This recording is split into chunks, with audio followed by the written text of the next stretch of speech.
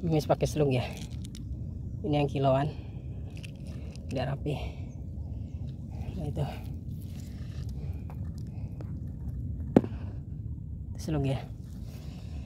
Ini targetnya headshot. Nah ini ya bolong.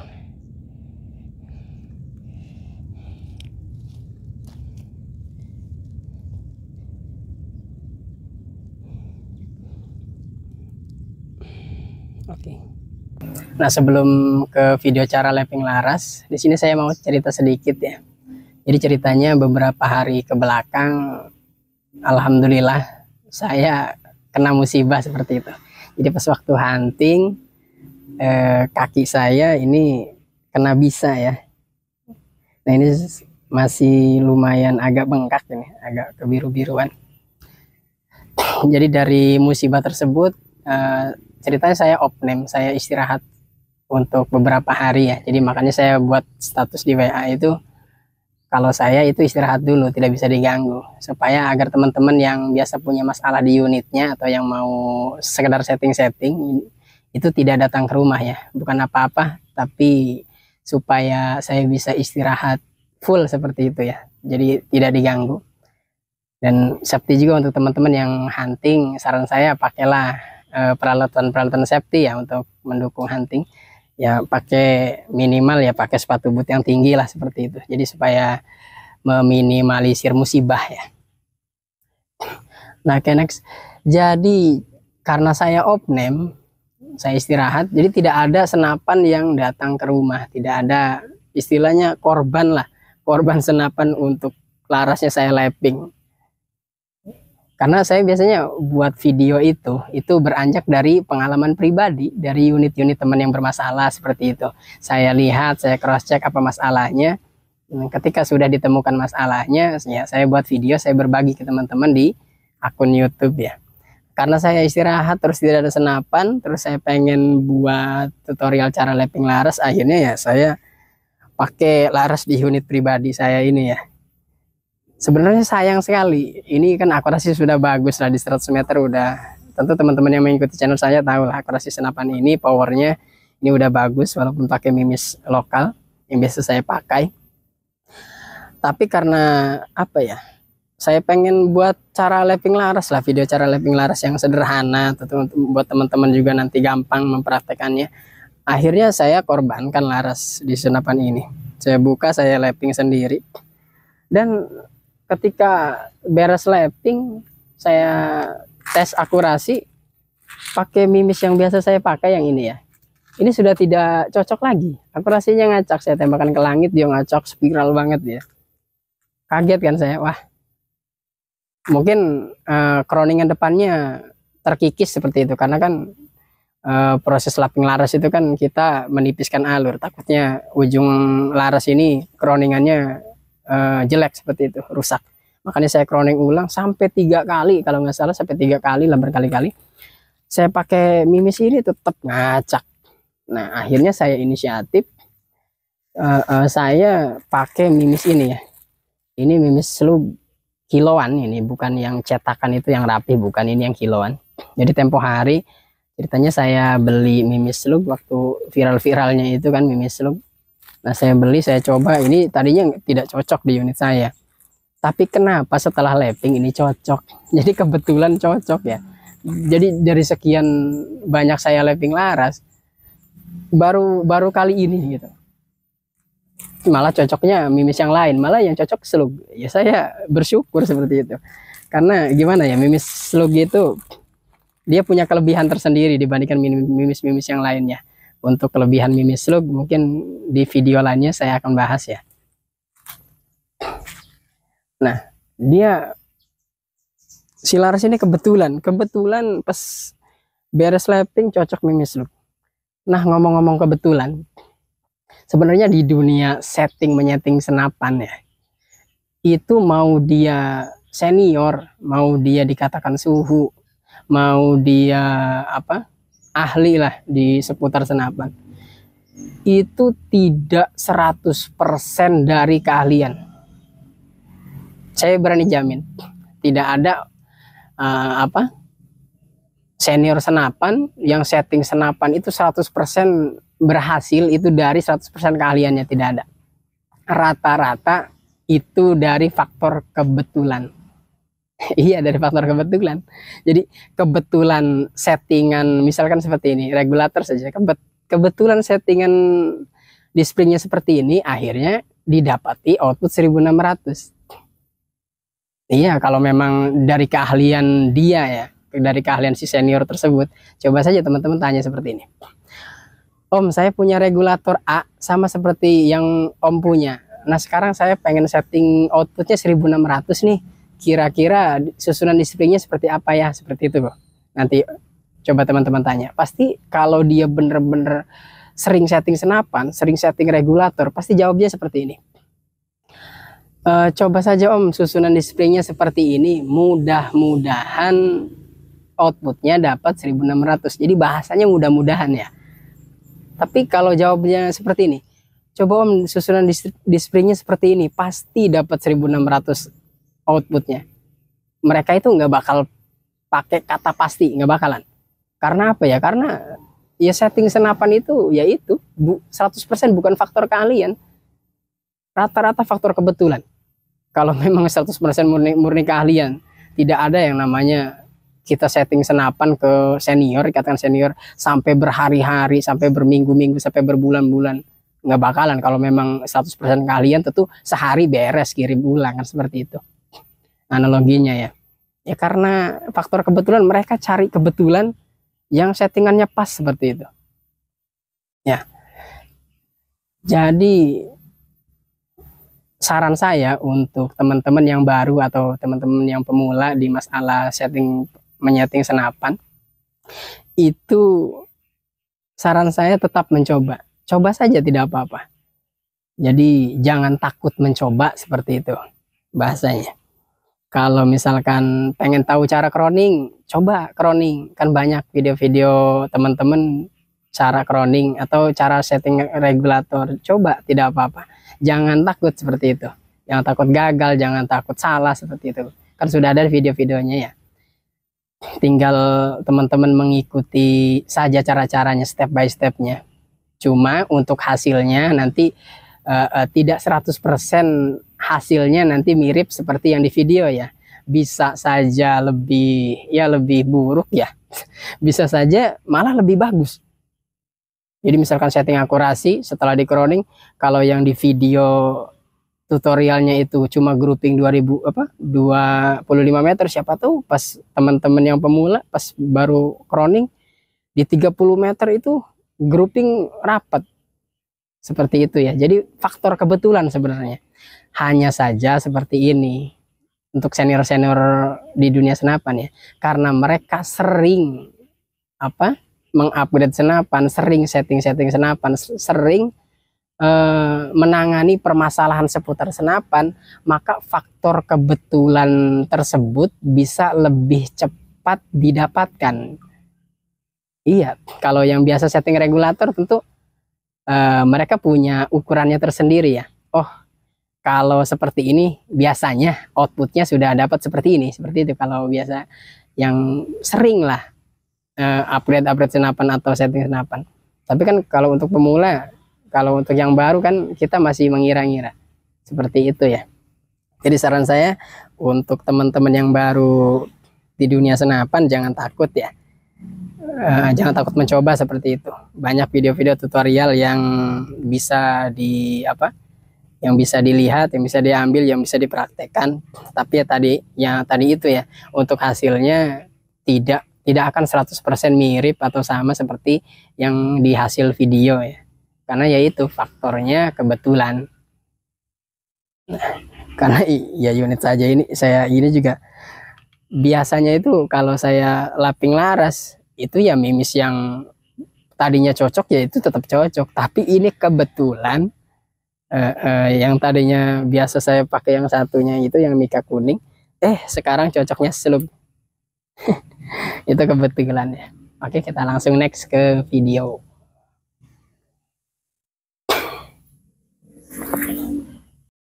Nah, di video kali ini saya akan coba sedikit sharing ya, cara lab lapping atau lapping laras yang simple ya. Maaf tangan saya kotor. Tadi habis ngoprek. Nah, tujuan lapping sendiri pertama itu menghaluskan laras, artinya kadang laras-laras lokal itu alurnya tebal ya, goresan di mimis itu tebal. Dan yang kedua, biasanya kenapa dilakukan proses lapping laras itu, alur laras lokal biasanya di ujung lancar pas waktu kita masukkan mimis, pas di tengah dia agak seret ya.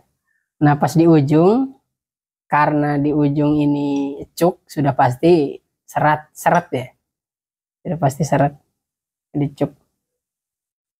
Nah, jadi tujuannya nanti menghaluskan bagian di tengah ini yang menyumbat seperti ini, jadi yang membuat si mimis itu agak seret. Nah, itu dihilangkan. Itu tujuan lapping sebenarnya. Nah, next kita lanjut ke alat-alatnya ya. Untuk lapping sendiri saya biasanya memakai medianya ya. Ini as stainless. Ini ukuran 4 mili. 4 mili ya. Nah, di bagian ujung saya kecilkan seperti ini pakai gerinda. Ini dibuat agak kasar ya, karena nanti untuk pas waktu kita mengelem ini, menempelkan amplas itu nanti nempel ya. Ya, banyak teman-teman yang beranggapan jangan pakai stainless. Kalau pakai stainless atau pakai benda-benda yang berbahan logam itu nanti menggores alur laras. Menurut saya tidak ya, menurut saya tidak. Coba saya praktekkan deh. Stainless itu licin. Kalau memang stainless itu menggores alur, saya coba ya. Nah, ini saya ada tisu. Nah, tisu itu teksturnya lembut ya. Nih, saya akan coba gosokkan. Nah, itu ya. Kalau memang stainless itu menggores alur, sudah pasti tisu itu akan robek. Ini aman. Nah, tisu aman. Nah, ini cuma kotor ya. Oke, saya ulangi sebaliknya. Kalau memang bahan stainless itu menggores alur, tentu tisu pun hancur atau robek seperti itu. Nah, ini tidak. Tuh, aman kan? Nah, kenapa saya milih Vipas as stainless? Karena dia pertama tidak patah ya. Jadi bisa sebenarnya pakai pakai ruji fiber itu bisa. Ruji fiber atau dari yang pancing itu kan yang harga 5.000 sampai 8.000-an itu bisa. Tapi usahakan yang OD-nya bisa masuk ke dalam laras ya. Terus bisa juga pakai kayu. Bambu itu nanti kita bentuk seperti lidi panjang. Nanti dibuat 4 mili, tapi resikonya nanti takut patah di dalam laras, malah nanti nambah pekerjaan kita kan, nambah pekerjaan 2 kali gitu. Niatnya kita lapping laras, malah nanti mengakali patahan bambu yang ada di dalam laras seperti itu. Jadi untuk alatnya saya pertama pakainya ini ya, as stainless ukuran 4 mili, panjangnya 1 meter. Dan yang kedua amplas ya. Nah, ini saya pakai amplas kertas. Ini saran saya pakai yang ukuran halus ya, kayak ukuran 800 atau 1000. Ini saya pakai yang 800. Karena kebetulan alur ini agak lumayan kasar. Jadi biar cepat saya pakai yang 800. Terus tentu saja lem G ya. Terus gunting ini untuk mengukur, ini nanti untuk motong amplasnya berapa yang dibutuhkan. Sigmat ini nanti untuk mengukur lilitan ini, usahakan nanti ukuran lilitan amplas di as stainlessnya ukuran 4,5. Dan tentu saja mimis untuk kita melihat gulatannya ya. Jadi tiap kali kita lapping, berapa kali kita lapping, nanti kita sodok pakai mimis ya, guratannya seperti apa.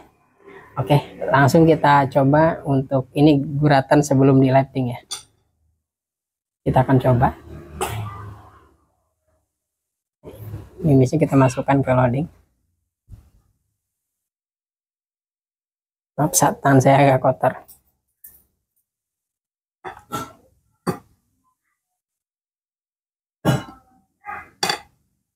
Nah, ini kasar sekali ya.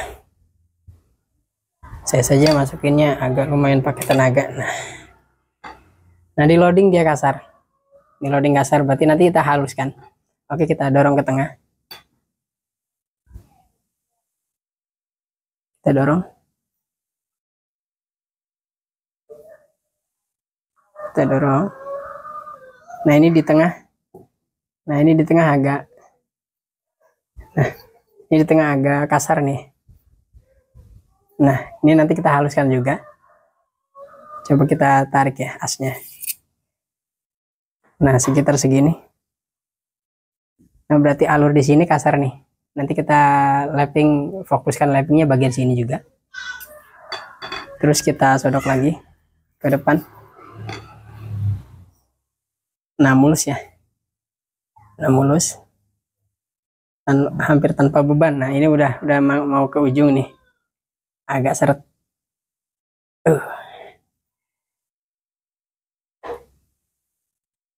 Nah, ini seret nih. Sebentar saya ukur.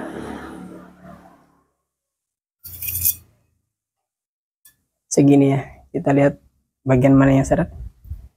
Nah, bagian ini ya. Ini cuk. Wajar kalau seret ya. Oke, kita dorong lagi.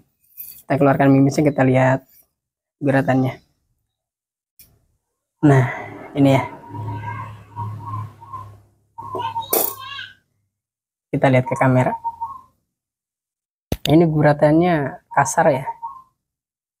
Nah, ini. Guratan mimis kasar banget. Nah, ini akan kita lapping.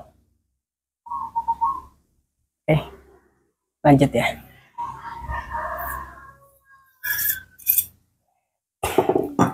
Pertama kita lilit.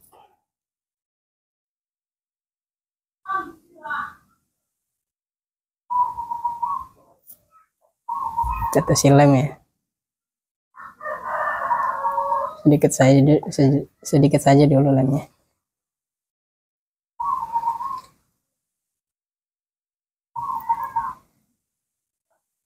Nah, satu sisi sudah menempel, kita tetesi lagi.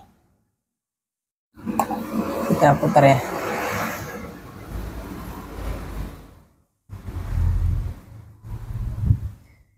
Nah, kita ukur pakai sigmat.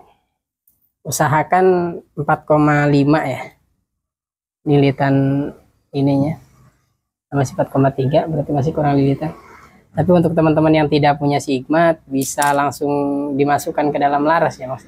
Jadi ujungnya ini apakah klop bisa ke ujung, dari ujung laras atau dari pangkal. Kalau saya biasanya dari pangkal. Kita masukkan ke pangkal, kalau masih serat berarti lilitannya terlalu banyak. Kalau ngeplos berarti lilitannya masih kurang. Nah, kalau yang punya sigmat enak. Kita ukur lagi. 4,7 terlalu besar. Saya kurangi.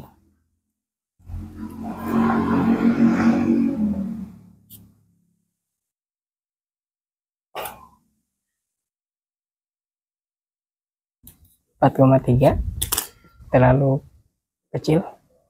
Nah, untuk amplas sendiri kadang ada teman-teman yang pakai ini ya, apa, serat fiber itu. Ada juga yang pakai ini apa sih?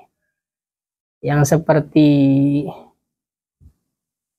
gel seperti itu.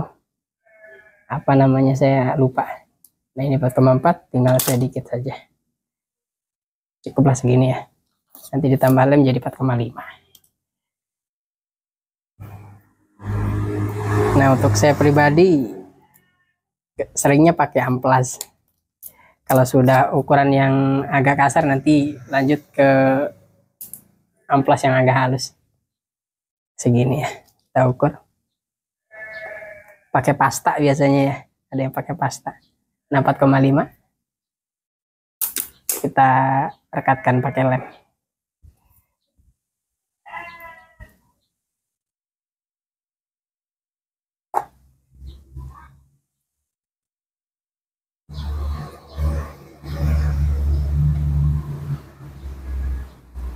Kita ukur lagi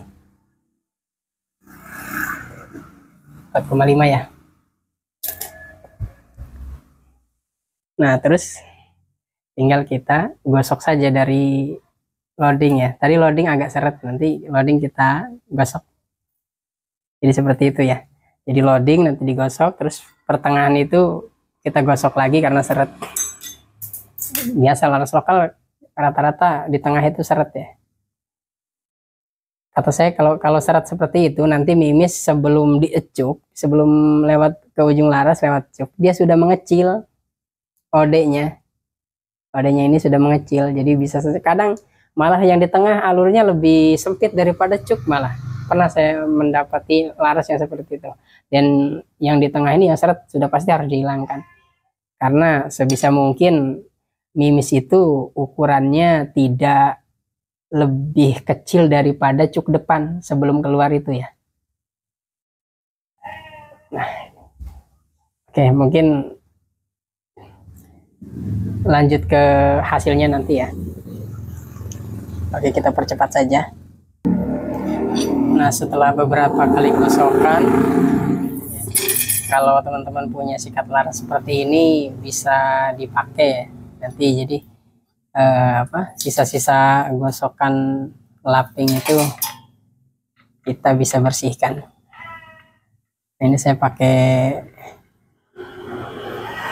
sikat laras lokal ya. Jadi kotoran yang sisa proses laping itu kita keluarkan. Nah, seperti ini.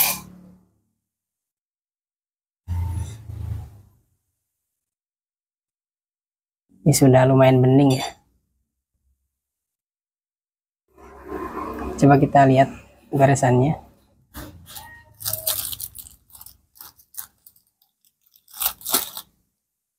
Kita pakai mimis. Ini yang tadi ya. Goresan yang pertama.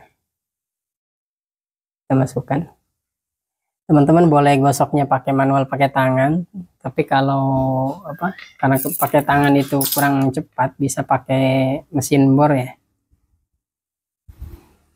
Oke, kita dorong. Karena proses lapping yang saya lakukan ini lama ya, butuh berjam-jam. Nah, di sini saya akan memperlihatkan hasilnya saja ya. Ini foto-fotonya. Nah, ini laras sebelum di lapping.